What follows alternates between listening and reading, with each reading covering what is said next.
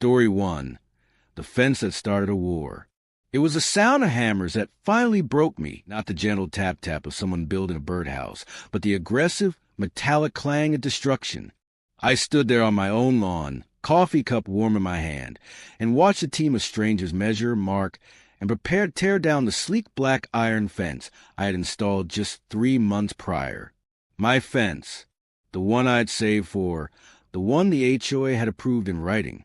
And that was the moment I knew this wasn't a misunderstanding. This was a declaration of war. I'd dreamed of that fence for years. This wasn't just some prefab aluminum from a big box store. This was wrought iron custom forged with speared tops and a deep matte black finish that made the emerald green of my lawn pop. It was a final, perfect piece of the home I'd built from the ground up. The approval letter from the HOA was tucked safely in my filing cabinet, a document that felt as solid as a foundation of the house itself. It represented order, agreement, a social contract. I'd followed the rules. I'd jumped through their hoops. I'd won. The first crack in that reality was a terse email. Concerns have been raised regarding the aesthetic harmony of your property's perimeter barrier. Perimeter barrier. It was such a cold, bureaucratic term for something that felt so personal. I'd replied, attaching the approval letter. The response was a masterclass in passive-aggressive evasion. Previous boards may have operated on outdated interpretations. The current board's vision for community harmony prioritizes natural materials. First came confusion, a mistake. I thought, they'll see the paperwork, and this will all go away. Then denial. They can't possibly be serious about ripping out a perfectly good, approved fence. That's insane. I attended a board meeting, my voice calm and reasonable as I presented my case. They listened with the placid, glassy-eyed patience of people who had already made up their minds. The board president, a man named Mr. Allred with a smile that never reached his eyes, said, "We understand your attachment, but the community's vision must come first. We've arranged for a stained cedar replacement. It will be much more welcoming." The anger arrived then, a hot, sharp stone in my gut. They hadn't just decided against my fence. They had arranged its replacement. They had chosen the wood, the stain, the style, all without a single conversation with me. It was the ultimate act of dismissal. My taste, my investment, my me was being erased for the sake of their bland, homogeneous vision. And then came the morning of the hammers that I walked out with my coffee, and the scene was already in motion. 2 men with pry bars were working on the base of a post. The foreman, a burly guy in a faded denim shirt, barked, "Just pop the concrete collar and it'll come right out." My body went cold. Time didn't just slow. It fractured. I saw my neighbor, Mrs. Gable, peek through her blinds, a silent spectator to the execution of my property rights. The steam from my coffee cup swirled in the unnaturally still air. Stop. The word left my throat raw, louder than I knew I could be. The hammers froze. The workers looked from me to the foreman. The foreman gave me a patronizing, weary look. "Sir, we have direct orders from the HOA. You can call the police if you want, but by the time they get here, this fence will be a pile of scrap." The shock wasn't in his words, but in his calm delivery. This wasn't a bluff. They were fully prepared to commit this act of vandalism in broad daylight, rely on the sheer inertia of their authority to crush my resistance.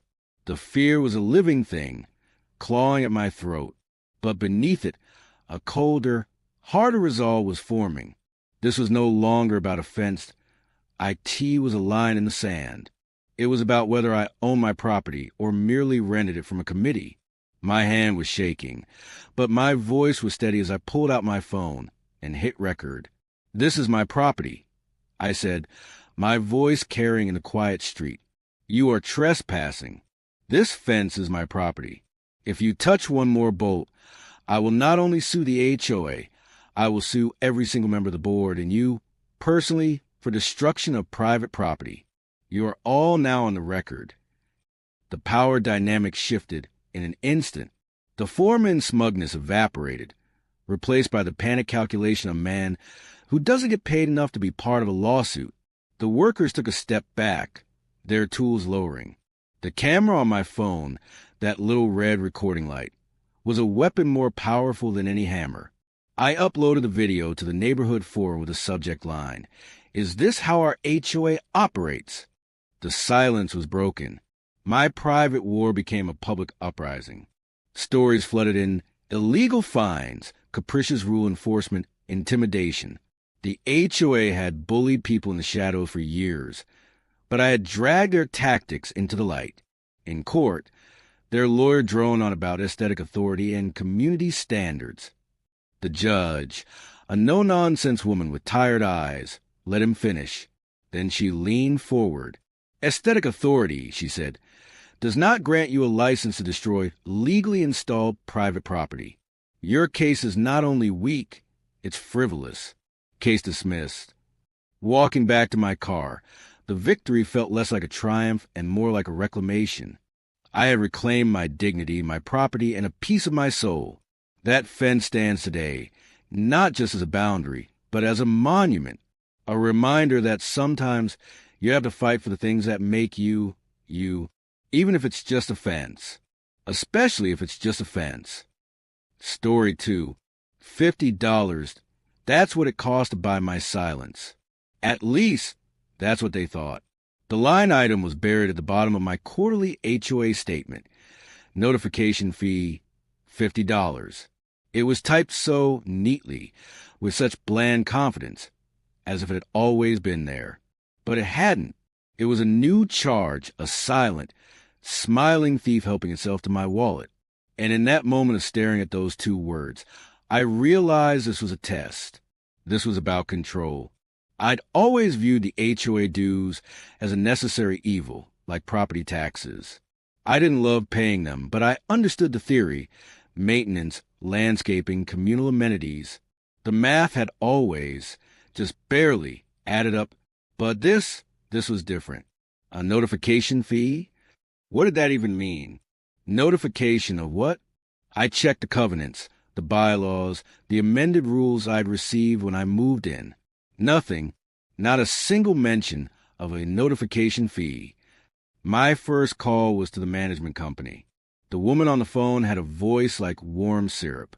"Oh, it's a standard administrative fee for processing and notifying you of your balance." I pressed, my voice still friendly. "But I'm on auto pay. The balance is always zero. What are you notifying me of?" A slight pause. "It's just a standard fee, sir. Everyone pays it." Everyone pays it. The phrase echoed in my head. It was designed to make me feel like the difficult one, the troublemaker, for questioning it. This is how they operate. They rely on social compliance, on our innate desire to not make a scene. Pay the $50. Don't rock the boat. Be a good neighbor. For a moment, I almost did. It was just $50. After all, what was I going to do? Spend hours fighting over $50. But then I remembered a concept from a psychology class I'd taken in college. The foot in the door technique. Get someone to agree to a small, seemingly innocuous request, and they're far more likely to agree to a larger one later. This fee was their foot in my door. If I paid this, what would be next? A paperwork processing fee? A compliance verification fee? This was a probe, testing the defenses of the homeowners. The real shock came when I ran into my neighbor, Leo, at the mailbox. I made an offhand comment about the new fee. His face went blank. "What notification fee?" he asked. I showed him my statement. He scurried inside and came back with his.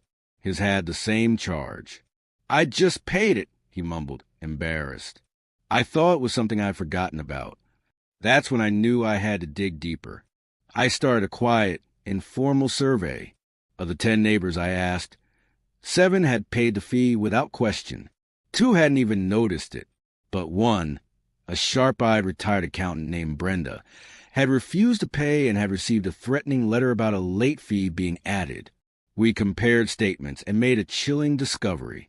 The notification fee wasn't being deposited into the main HOA account used for landscaping and pool maintenance.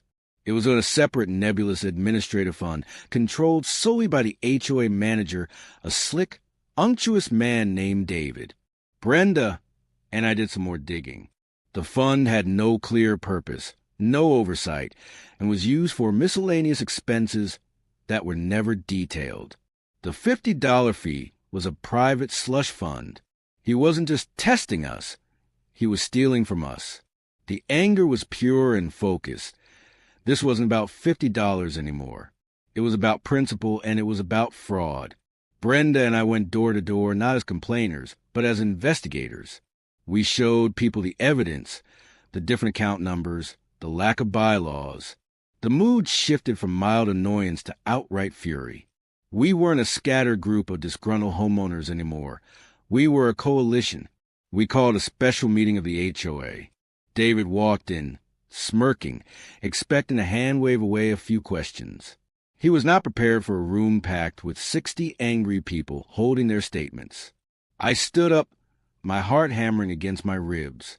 "David," I said, holding up a bank statement Brenda had miraculously acquired, "can you please explain to everyone here what specific HOA service this notification fee pays for and why it's routed to an account ending in 8843 instead of the general fund?" The color drained from his face. The stammering began. The board members, who had likely been kept in the dark, looked at him with dawning horror. The crowd's murmurs grew into a roar. We demanded an independent audit on the spot. The audit revealed everything. Over 3 years, that little $50 fee, multiplied by hundreds of households, had siphoned over $15,000 into David's miscellaneous fund, which paid for his lavish lunches, golf games, and even a personal vacation he classified as a vendor conference. He was fired on the spot, and the police were called. We all got our $50 back. But the real victory was the overhaul. New financial controls, transparent accounting, and a board that was suddenly painfully aware that we were watching. That $50 line item was a lie, but it was the truth that set us free. It taught me that corruption doesn't always arrive with a bang. Sometimes it arrives in a quiet, unassuming envelope, hoping you won't bother to look. Story 3, the leak that revealed everything. It started with a single, perfect drop. A tiny bead of water, clinging to the seam of my ceiling light fixture, catching the lamplight like a fake diamond. Then it fell, hitting the hardwood floor with a soft plink. I looked up. A faint, tea-colored stain was blooming above my couch. It was a Tuesday. I remember because my first thought was, what a mundane day for a nightmare to begin. That drop of water was about to become a floodlight, illuminating the staggering negligence at the heart of our HOA. I did the logical thing that I went upstairs and knocked on my neighbor's door. Sarah answered, a pleasant woman I'd exchanged recipes with. I explained the situation, my voice laced with apology for the inconvenience. Her smile tightened. "Oh, dear. Well, you'll have to call the HOA. I'm sure it's a building issue." And with a sympathetic but firm nod, she closed the door. I stood there, feeling oddly chastised. "Okay, fine. The HOA it is." I called the property manager, a man named Robert whose voice always sounded like he was doing you a favor by speaking to you. I explained the leak, the stain, the drip. He sighed, a long-suffering sound. "Look, interior damage is a homeowner's responsibility. You need to get a plumber." I felt a knot of frustration tighten in my chest. "But, Robert, the water is coming from inside the building structure, from her unit. How is the pipe between our ceilings not a common element?"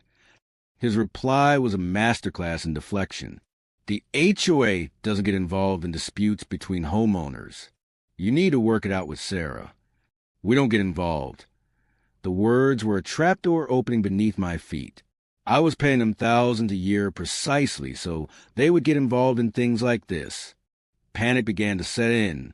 The drip became a trickle. The stain spread, a Rorschach test of my rising anxiety. I placed buckets, mopped floors, and lay awake at night listening to the maddening rhythmic plink, plink, plink, the sound of my peace of mind draining away. I felt utterly alone, abandoned by the very system I funded. Desperation led me to the one thing HOAs fear most, their own governing documents. I spent a night buried in CC and RS, the covenants, conditions, and restrictions. The language was dense, legalistic, designed to induce drowsiness. But I persevered. And there it was, in Section 7.2. Pipes, conduits, wires, and other utility installations located within walls, floors, or ceilings that serve more than one unit are part of the common elements and are the maintenance responsibility of the association. The shock wasn't a loud, dramatic event. It was a silent, cold fury that settled in my bones. They knew.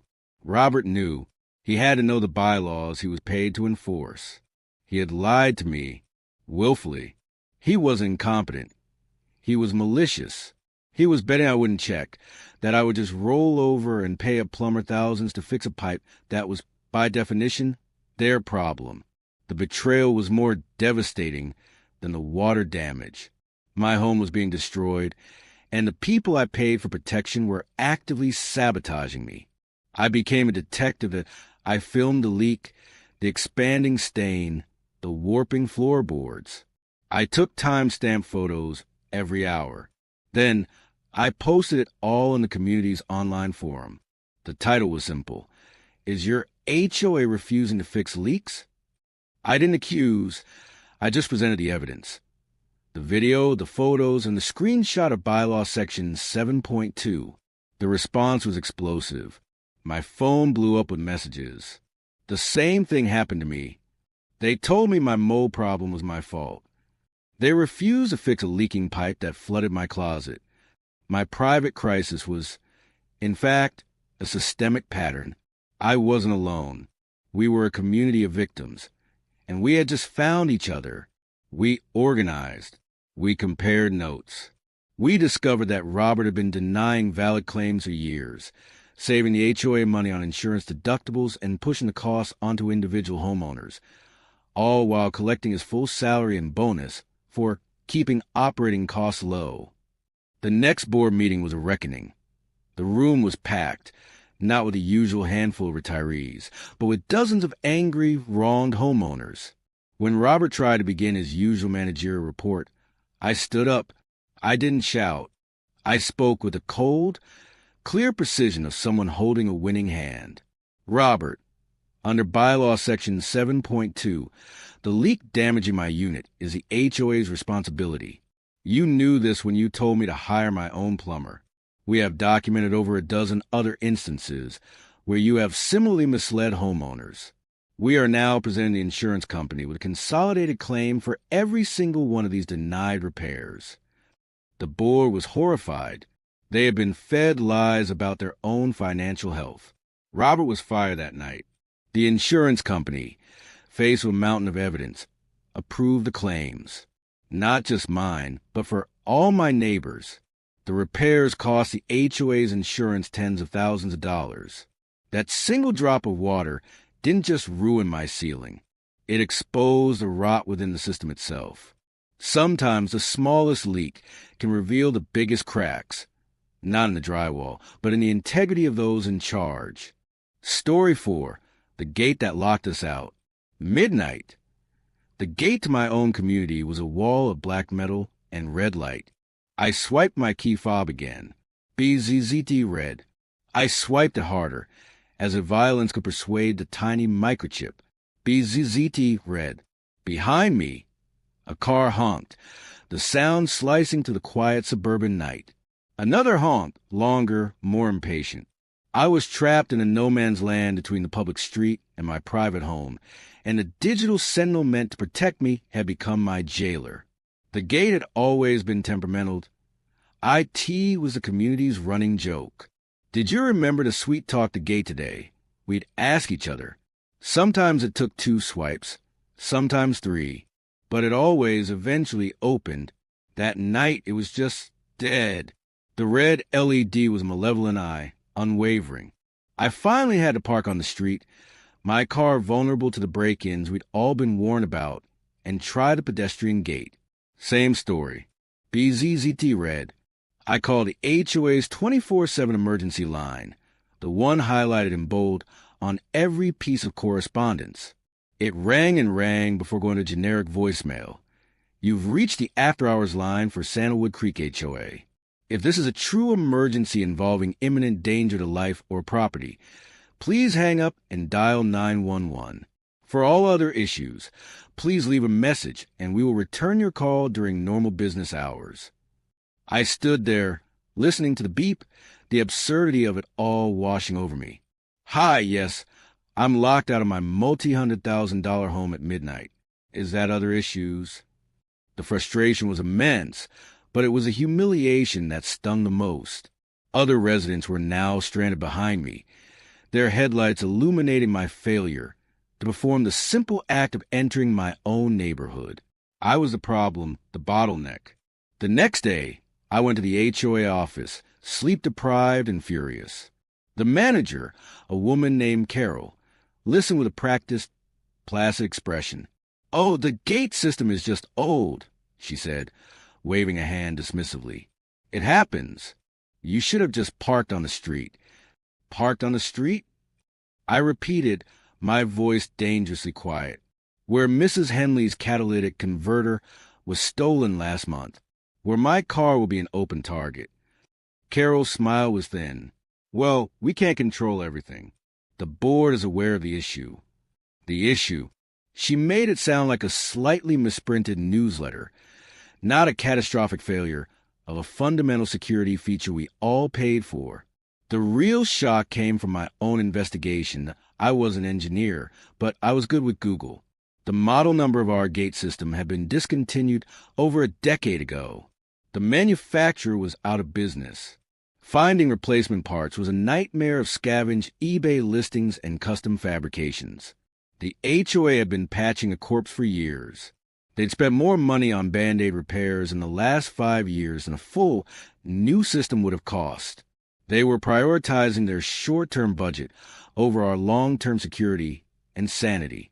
They weren't incompetent. They were financially negligent. I started talking to neighbors, and the stories poured forth like a burst pipe. A young mother had been stuck outside with a screaming, feverish infant for 40 minutes. An elderly man with a walker had been stranded in the rain. The gate had once been stuck open for an entire weekend, leading to 2 car thefts. This wasn't an inconvenience. It was a safety crisis. We were paying for illusion of security, and the HOA was content to maintain the facade for as long as possible. We organized. I created a shared document, listing every gate failure, every stranded resident, every resulting crime or near miss. We gathered dozens of testimonials. At the next board meeting, we didn't ask, we demanded. I presented our dossier. This isn't a request for repair, I stated. This is a demand for a full system replacement. We have documented over 50 separate failure events in the last year alone. Your negligence has put every one of us at risk. The board was unprepared for the organized, data-driven assault. They stammered about budgets and assessments. But the crowd was united and loud. An elderly man, the one who had been stranded in the rain, slammed his cane on the floor. Enough. You've had years. Fix it, or we will vote you out and find a board that will. The pressure was irresistible. Within a month, 3 bids for a new gate system were obtained. Within 2, the installation began. The new gate hummed to life with a reliable, satisfying clunk. That cursed key fob, once a symbol of frustration, finally became what was always meant to be, a key. The victory was about more than convenience. It was about reclaiming our sense of safety and proving that our collective voice was louder than their dismissive excuses. The most secure lock, it turns out, isn't made of metal and wire, but of neighbors who refuse to be locked out any longer. Story 5.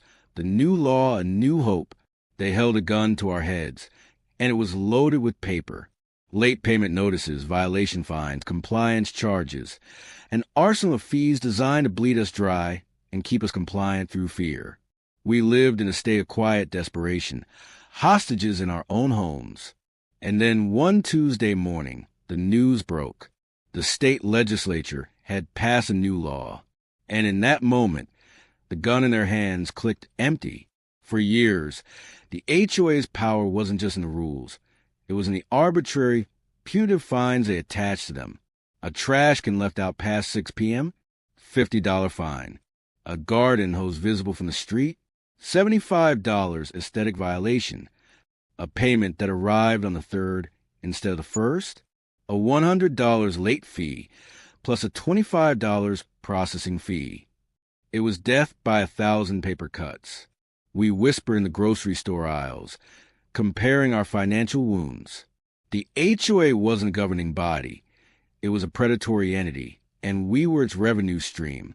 I'll never forget Maria, a single mother who lived 2 doors down.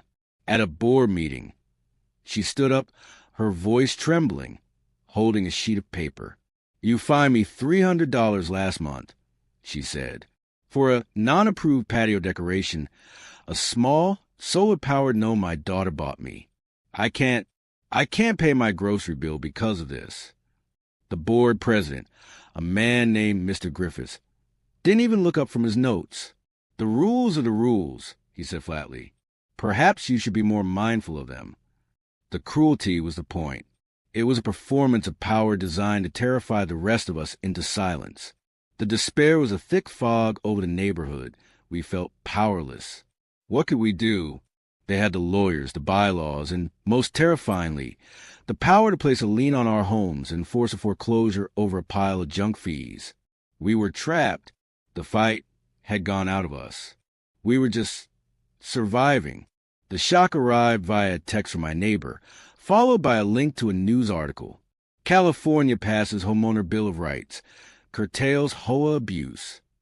I read it once, then twice, my heart thumping against my ribs. The law capped fines for minor violations. It prohibited fines for things like native landscaping or drought-tolerant lawns. It required HOAs to provide detailed justification for every charge and eliminated the threat of foreclosure for non-payment of fines alone. It forced them to prove their case. The power dynamic, for the first time, was inverted. Hope is a contagious disease, and it spread through our community faster than any rumor. The neighborhood chat, usually a graveyard of lost pet notices, was alive with excitement. "Did you see? They can't do it anymore. We have rights." The fear that had cowed us for years began to evaporate, replaced by a giddy, disbelieving courage. The next HOA meeting was unlike any other. Usually it was just a board and a handful of resigned attendees. That night, the room was packed. People stood along the walls. The air was electric. Mr. Griffiths and the board walked in, expecting another quiet session where they would dictate terms. The shock on their faces was priceless. I stood up, holding a printed copy of the new law. "The game is over," I said, my voice clear and strong. "This is Assembly Bill 1410. It caps your fines. It requires due process. It removes your ability to threaten our homes over your petty cash grabs." I looked directly at Mr. Griffiths. "You will no longer be able to fine Maria for a garden gnome. You will no longer be able to terrorize us. The law is now on our side." The room erupted in applause and cheers. Maria was crying, but this time there were tears of relief. The board was speechless, shuffling papers, utterly deflated. Their primary weapon, fear, had been taken from them. In the following weeks, the change was tangible. The stream of violation notices slowed to a trickle. Fees were reversed. The HOA, suddenly accountable, became quieter, more reasonable. We had won without a single lawsuit, without a shouting match. We had won because the rules of the game had finally been changed to be fair. That new law was more than just legislation. It was a key, unlocking the prison they had built around us. It was proof that no matter how powerful a bully seems, there is always a higher authority. And sometimes all it takes is one law to remind them, and us, where the true power really lies.